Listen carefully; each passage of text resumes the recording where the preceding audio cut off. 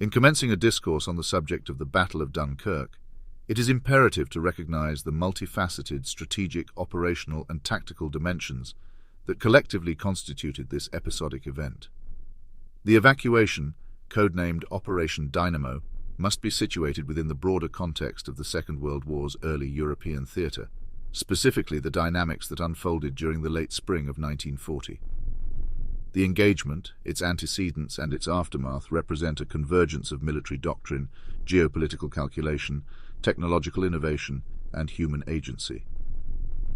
The prelude to the Dunkirk evacuation is to be found in the strategic doctrines of the German Wehrmacht, which, under the conceptual framework of Blitzkrieg, facilitated a rapid and penetrative thrust through the Ardennes forest. The efficacy of this maneuver was predicated on the combined arms approach, symbiotically integrating the panzer divisions with Luftwaffe support and motorized infantry to effectuate a dislocation of Allied defensive schema. The Maginot Line, a formidable French defensive system predicated on a static war of attrition, akin to the Great War's trench warfare, was thus summarily outflanked and rendered an anachronistic vestige. The subsequent disintegration of the Allied front was characterized by a series of tactical encirclements, which led to the isolation of the British Expeditionary Force, BEF, along with substantial contingents of French and Belgian troops, in a shrinking perimeter around the port town of Dunkirk. The Wehrmacht's halt order, issued by Hitler on May 24th, remains a subject of historiographical contention. The prevailing interpretations oscillate between an overture to the British for a negotiated peace, the Luftwaffe's advocacy for an aerial interdiction strategy, and the logistical strain on German armour. The ensuing operational pause inadvertently granted the Allies a crucial temporal reprieve. The strategic imperatives of the evacuation are inextricably linked to the broader geopolitical considerations of the time. Operation Dynamo was not merely a tactical withdrawal, but a fundamental necessity to preserve the integrity of the British Army as an effective fighting force.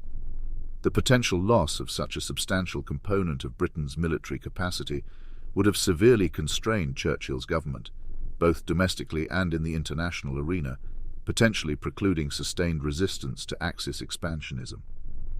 The execution of Operation Dynamo, orchestrated by Vice Admiral Bertram Ramsay from the subterranean confines of the Dover Castle tunnels, was a logistical enterprise of unprecedented scale and complexity. The mobilization of naval assets was augmented by the requisition of a flotilla of civilian vessels, colloquially termed the Little Ships. This armada, an ensemble of merchant marine boats, fishing craft, pleasure yachts, and lifeboats, supplemented the Royal Navy in facilitating the carriage of personnel across the English Channel. The granularity of the evacuation's tactical unfolding invites a consideration of the myriad human factors at play. The inexorable aerial assault by the Luftwaffe, ostensibly to forestall the embarkation efforts, was met with staunch resistance by the Royal Air Force, particularly Fighter Command. This aerial contest, though lopsided in favor of the Germans, served to disrupt the precision of the attacks on the beaches and the evacuating flotilla. Furthermore, the stoicism of the troops awaiting evacuation under incessant bombardment and the improvised nature of embarkation points, which included the famed mole, are testament to the adaptability and resilience on display.